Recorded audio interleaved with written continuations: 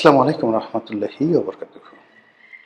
সম্মানিত দর্শক, ত্রয়োদশ জাতীয় সংসদ নির্বাচন কেমন হলো? এটা কি পৃথিবীর সেরা নির্বাচন হলো? কিংবা ডক্টর মোহাম্মদ ইউনূস আমাদেরকে যেভাবে তার চাঁদ মুখখানি মানে হাসিতে উদ্ভাসিত করে আমাদেরকে যে স্বপ্ন দেখিয়েছিলেন যে তার অধীন অনুষ্ঠিতব্য নির্বাচনটি হবে পৃথিবীর আগামী ১০০ বছরের মধ্যে সেরা নির্বাচন। আসলে কি সেরকম একটি নির্বাচন হয়েছে? এই বিষয়গুলো নিয়ে আলোচনা করব। আপাত দৃষ্টিতে নির্বাচন অংশগ্রহণমূলক হয়েছে। এ কারণে অংশগ্রহণমূলক বলবো যে আওয়ামী লীগ ছাড়া মোটামুটি সব রাজনৈতিক দলগুলো এখানে অংশগ্রহণ করেছেন। অর্থাৎ জামাতের একাদশ দলীয় জোট, বিএনপির সঙ্গে অন্যান্য জোট এবং আওয়ামী লীগের দোসর জাতীয় পার্টি এই নির্বাচনে অংশগ্রহণ করেছে। কেবলমাত্র আওয়ামী লীগ জাসদের আবার দুটো অংশ, জাসদ যেমন আসম আব্দুর রবের যে শাখাটি তারা অংশগ্রহণ করেছে, কিন্তু জাসদ ইনু, তো ওখানে তো ইনু ভাই ছাড়া আসলে অন্য কোনো নেতা নেই জাসদে, তারা অংশগ্রহণ করেনি। আর ওয়ার্কার্স পার্টি, এটা যে একটি অংশ, বিপ্লবী ওয়ার্কার্স পার্টি বড় অংশটি, সেটি এই নির্বাচনে অংশগ্রহণ করেছে। আর রাশেদ খান মেননের যে ওয়ার্কার্স পার্টি, তারা অংশগ্রহণ করেনি। এর কারণ হলো রাশেদ খান মেনন জেলে, তার স্ত্রীও পলাতক, তার সঙ্গে আরেকজনও ছিলেন ফজলে হোসেন বাদশাহ, তিনি কোথায় আছেন জানি না। তো এনিওয়ে, যেটাই এই নির্বাচনের মাঠে দেখা গেছে যে প্রায় প্রতিটি ভোট কেন্দ্রে আওয়ামী লীগের যারা ভোটার তারা ব্যাপক সংখ্যায় অংশগ্রহণ করেছেন।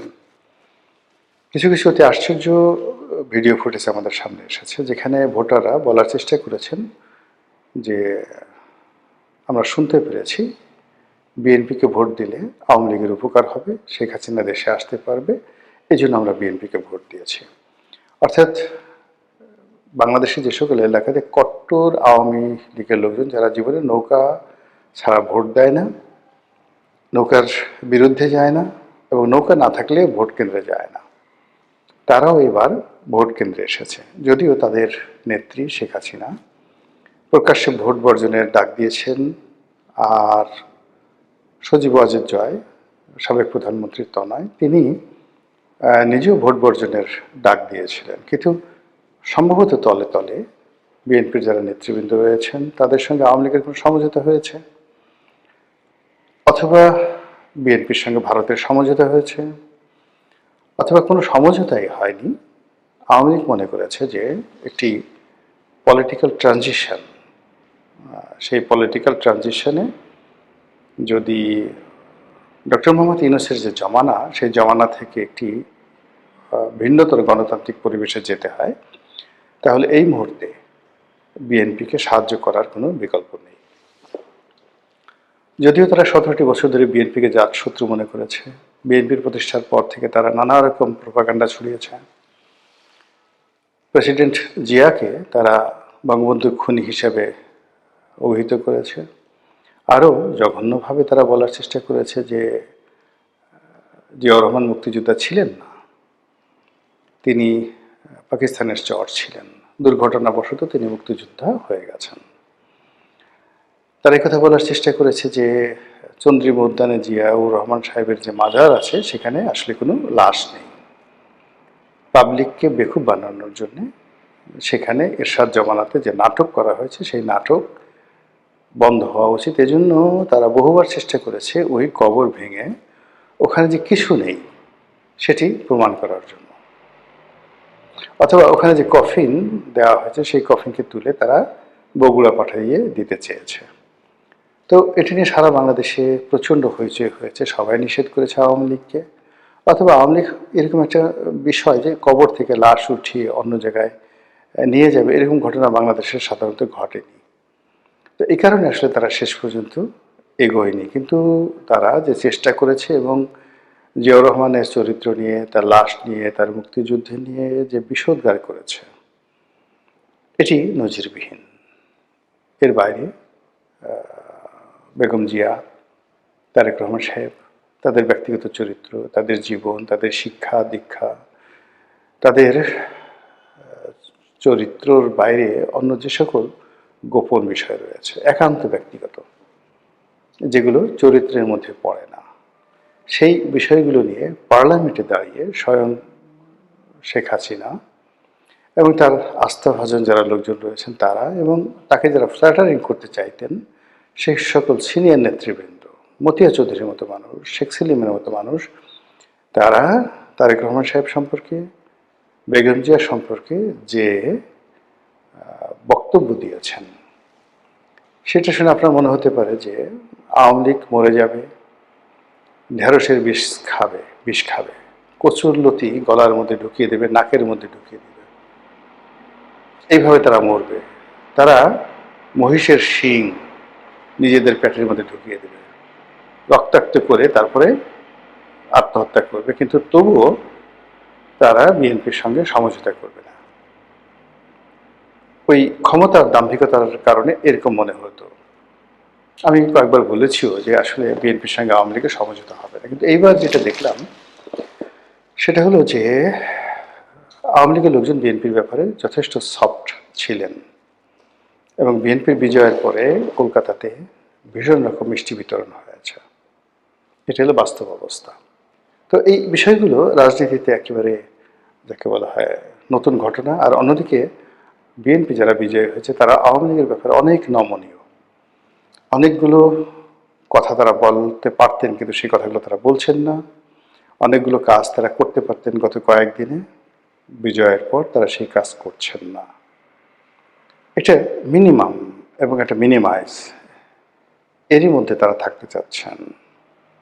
যাই হোক, এরই মধ্যে নির্বাচন নিয়ে যে প্রশ্ন, যে সত্যিকার অর্থে কি ওরকম একটা ভালো নির্বাচন হলো, নাকি ম্যাটিকুলাস ডিজাইনের একটি নির্বাচন হলো, অংশগ্রহণমূলক শান্তিপূর্ণ একটি নির্বাচন হলো, নাকি ইতিহাসের সবচেয়ে জঘন্য যে ভোট ইঞ্জিনিয়ারিং, সেই ভোট ইঞ্জিনিয়ারিংয়ের একটা মহড়া হয়ে গেল। এই মুহূর্তে কনক্রিট কোনো কথাই ব্যাপারে বলা যাবে না, তবে যথেষ্ট প্রশ্ন উত্থাপিত হচ্ছে। প্রথমত হলো যে ভোটের হিসাব মিলছে না, আসনের হিসাব মিলছে না, যারা নির্বাচিত হয়েছেন তাদের ভাবসাব দেখে মনে হয় না যে তারা নির্বাচিত হয়েছেন। এখানে হানা ভোটের যে রেশিও, অনুপাত, সেটা মিলছে না, এবং ভোট কেন্দ্রে জগা খিচুড়ি, রেজাল্ট শিটে জগা খিচুড়ি, এসব দেখে সবাই যেটা বলার চেষ্টা করছেন যে এটা আসলে অনেকটা আমি ডামি, আমি মামু, আমিদের মামিদের যে নির্বাচন আমরা অতি পূর্বে দেখেছি সেটারই একটা digital plus artificial intelligence version হয়ে গেছে। এটা অনেকটা সেই আলট্রাসোনোগ্রামের মতো, এটা অনেকটা সেই কি বলে পিত্তথলির পাথর, যেটা আলট্রাসাউন্ড দিয়ে পিত্তথলির পাথর অপসারণ করা হয়, ঠিক ওই রকম হয়ে গেছে। আমরা ভোট কেন্দ্রে শান্তি দেখেছি, বিভিন্ন ভোট কেন্দ্রে ভোটারদের উপস্থিতি দেখেছি, আবার কোনো কোনো ভোট কেন্দ্রে খা খা করছে, কোনো ভোটার উপস্থিতি দেখিনি। কিন্তু দিন শেষে যারা রাজনীতির প্রতিপক্ষ তারা কেউ কোনো অভিযোগ করেননি। অভিযোগ না করে তারা একে অপরকে সহযোগিতা করেছেন, সমঝোতা করেছেন, আমি এবং ডামির মতো, অথবা আমু এবং মামুর মতো, দিল্লি অথবা বিল্লির মতো, এরকম একে অপরকে সাহায্য সহযোগিতা করেছেন, এবং যে রেজাল্ট হয়েছে, যে রেজাল্ট বেরিয়েছে, এটা সবাই মেনে নিয়েছেন। বাংলাদেশ অন্তত যারা আছে তারা, এমনকি দেশের বাইরে যারা আওয়ামী লীগ, তারাও মানে হালকা পাতলা একটু সমালোচনা করেছেন, কিন্তু অ্যাজ এ হোল বড় কোনো যাকে বলা হয় সমালোচনা তারা করেননি। তো বোঝার চেষ্টা করুন যে এখানে সমঝোতাটা কোন পর্যায়ে হয়েছে, এবং পুরো সমঝোতাটা কি ভারতের পক্ষে হয়েছে, আমেরিকার পক্ষে, নাকি এই যে সমঝোতাটা এটি ডক্টর মোহাম্মদ ইউনূসের বিরুদ্ধে হয়েছে। এগুলো নিয়ে খুব দ্রুত দেখবেন যে আলোচনা শুরু হয়েছে, কথাবার্তা শুরু হয়ে গেছে। অন্যদিকে ইঞ্জিনিয়ার মানে এই নির্বাচনে যারা বিজয়ী হয়েছেন অনেকে ঠাট্টা করে তাদেরকে ইঞ্জিনিয়ার সাহেব বলে ডাকছেন। আমরা যেমন সাহেব বলি, এটাকে ঠাট্টা করে সহায়কার সাপ ইঞ্জিনিয়ার সাপ, এইভাবে বিভিন্ন মানুষকে তির্যক ভাবে সমালোচনা করা হচ্ছে। আপনাদের মনে আছে যে একটা বিশাল নাটক হয়েছিল বাংলাদেশের রাজনীতির অঙ্গনে, সেটা হলো রানা প্লাজা ধ্বংসের পরে সেখানে হঠাৎ করে রেশমা নামক একটি মেয়েকে উদ্ধার করা হয়েছিল। তো ওই সময়টিতে রেশমাকে যখন উঠানো হতো তখন সাংবাদিক মুন্নি শাহ তার অনুভূতি জানতে চেয়েছিলেন এবং সেটা নিয়ে সারা বাংলাদেশ তোলপাড় হয়েছিল যে এইরকম নাটক বাংলাদেশে রেশমা নাটকের মতো এত চমৎকার নাটক হয়নি, সবাই বুঝছিল এবং সবাই বিনোদিত হয়েছিল। এবং এর মধ্যে আবার একটা লঞ্চ ডুবে গেছিল আওয়ামী লীগ জমানাতে, এবং সেই লঞ্চ ডুবির এক সপ্তাহ পরে লঞ্চের ভিতর থেকে জীবন্ত মানুষ উদ্ধার করা হয়েছিল। এরকম গাঁজাখুরি ঘটনা বাংলাদেশে ঘটে। কাজেই ভোটের ময়দানে কত বড় গাঁজাখুরি ঘটনা ঘটতে পারে, কত বড় ইঞ্জিনিয়ারিং হতে পারে, কত বড় বদমাইশি হতে পারে, মুনাফিক হতে পারে, এ সকল নিয়ে যেভাবে মানুষের সংখ্যা রয়েছে, আবার একই সঙ্গে ধরুন ভালো একটা নির্বাচন যে বাংলাদেশে হতে পারে এটা নিয়েও কিন্তু প্রশংসা হয়ে গেছে। কিন্তু এর সব কিছুর মূলে বেলটা নাড়া দিয়ে গেছে বাংলাদেশের যে প্রথিতযশা আলোচিত সাংবাদিক খালিদ মহিউদ্দিন।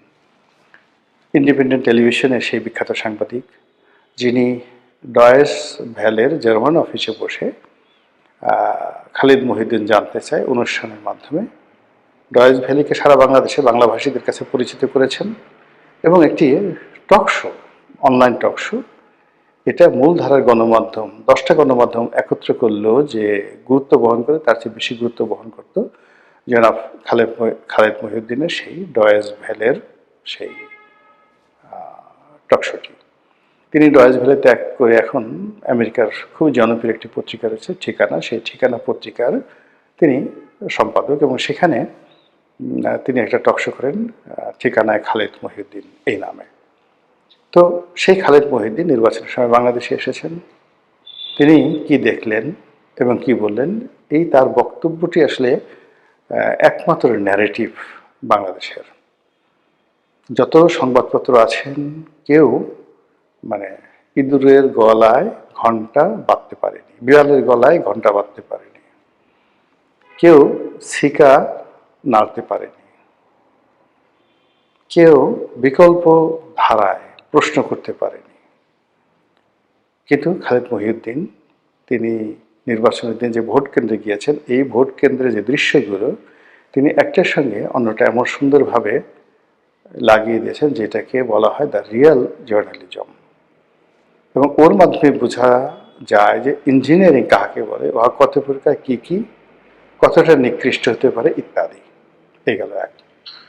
দ্বিতীয়ত তিনি বুক ফুলিয়ে তারেক রহমান সাহেব যে সংবাদ সম্মেলন করেছেন সেখানে দাঁড়িয়েছেন, দাঁড়ানোর পরে তারেক রহমান সাহেবকে প্রশ্ন করেছেন যে এখানে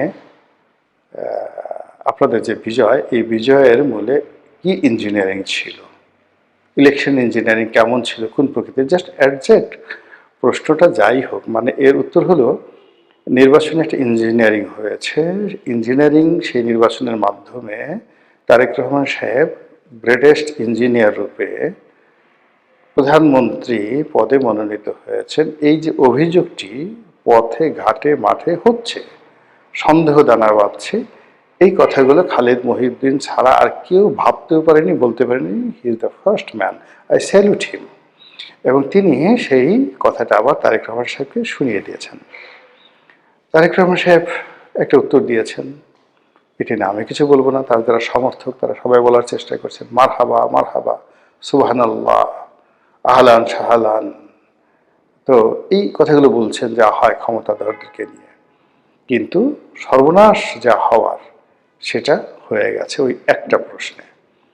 দ্বিতীয়ত, প্রশ্ন করার আগে তিনি যে সার্কোজি করেছেন জনাব খালিদ মহিউদ্দিন, তিনি যে বডি ল্যাঙ্গুয়েজ প্রদর্শন করেছেন নিশ্চয়ই ইউনিক।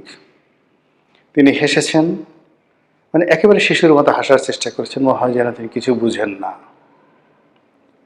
তারপর তিনি অভয় চেয়েছেন, আপনি যদি অভয় দেন, আমি বলি মহারাজ, এটা রীতিমতো টিটকারি করা, ঠাট্টা করা। এটা ভবিষ্যৎ প্রধানমন্ত্রীকে ঠাট্টা করা নয়। অতীতে তারেক রহমান সাহেবের অধীনে যখন হাওয়া ভবন ছিল, ঠিক ওই সময়টিতে সাংবাদিকতা করতে গিয়ে যারা বিপদে পড়েছেন, অনেকে জানেন যে এটিএন নিউজে একবার একটা নিউজ ছাপা হয়েছিল, সেই অফিস তছনছ করে দেওয়া হয়েছিল। বহু সাংবাদিক, বহু টেলিভিশন সাংবাদিক মালিক, তাদের গাল আর পিঠ, ও মাই গড, এখনো সেই স্মৃতি, মানে পৌষের যে পরশ, পৌষ মাসের যে পরশ, সেই পরশের মতো এখনো তাদেরকে সেগুলো জানান দেয়। এবং খালিদ মহিউদ্দিন নিঃসন্দেহে সেই জিনিসগুলো ভুলেননি। না ভুলার কারণে তিনি সেই যে অতীতের যে ধারাবাহিকতা থেকে সামনে এনে তিনি টিটকারি করেছেন, মস্কারা করেছেন, সার্কোজি করেছেন যে যদি অভয় দেন তো বলি। তো অভয় দিয়েন বলি, এই জন্য তিনি আর অপেক্ষা করেননি। এই কথাটা বলে মূলত তারেক রহমান সাহেবের উপর একটা বোঝা চাপিয়ে দিয়েছেন যে you are the man, dash dash dash, আপনার সামনে কথা বলতে অভয়ের দরকার আছে। তারপরে তার অনুমতি ছাড়াই তিনি অভয় চেয়েছেন বটে, কিন্তু অনুমতির জন্য তিনি অপেক্ষা করেননি, অভয়ের জন্য অপেক্ষা করেননি, তিনি ফটাফট তার প্রশ্নটা করে বসেছেন। এখন এটা নিয়ে কোনো প্রশ্ন হচ্ছে না, কিন্তু খালিদ মহিউদ্দিনের এই হাসি এবং তার এই প্রশ্ন বাংলাদেশে ইতিহাস হয়ে থাকবে। আমি খালিদ মহিউদ্দিনকে নিয়ে একটা, যাকে বলা হয়, স্ট্যাটাস দিয়েছি। তো ইট ওয়াজ পজিটিভ, যে মানুষ এত সুন্দর করে হাসতে পারে, পজিটিভ, যেটা খালিদ মহিউদ্দিনকে না দেখলে আমি বুঝতে পারতাম না। কিন্তু মানুষ মনে করছে যে আমি খালিদ মহিউদ্দিনকে টিটকারি করছি বা তাকে আমি ই করছি, ফলে দ্বিধা আসছে নেগেটিভ মনে করে। প্রায় 2 লাখ সেখানে লাইক পড়েছে, প্রায় 1 কোটি লোক সেই মানে আমার পেজেই 1 কোটি লোক সেই পোস্টটা দেখেছে, মানে প্রায় 10,000 লোক কমেন্ট করেছে, ইত্যাদি ইত্যাদি নানা রকম। আর কত শেয়ার হয়েছে তার কোনো ইয়াত্তা নেই। কিন্তু আমি যে কথাগুলো খালিদ মহিউদ্দিন সম্পর্কে বলতে চেয়েছি ওটার মাধ্যমে এই এখন যেটা বললাম এটাই হলো মেইন। আগামীতে যদি 2026 সনের ভোট ইঞ্জিনিয়ারিং, এই ভোট ইঞ্জিনিয়ারিং নিয়ে কেউ গবেষণা করে, কেউ কথা বলে, কেউ প্রশ্ন তোলে, সেক্ষেত্রে রেফারেন্স হিসেবে খালিদ মহিউদ্দিনের এই প্রশ্নটি ইতিহাস হয়ে থাকবে। মহান আল্লাহ আমাদের সবাইকে হেদায়েত দান করুন এবং হেফাজত করুন। আসসালামু আলাইকুম ওয়া রাহমাতুল্লাহি ওয়া বারাকাতুহু।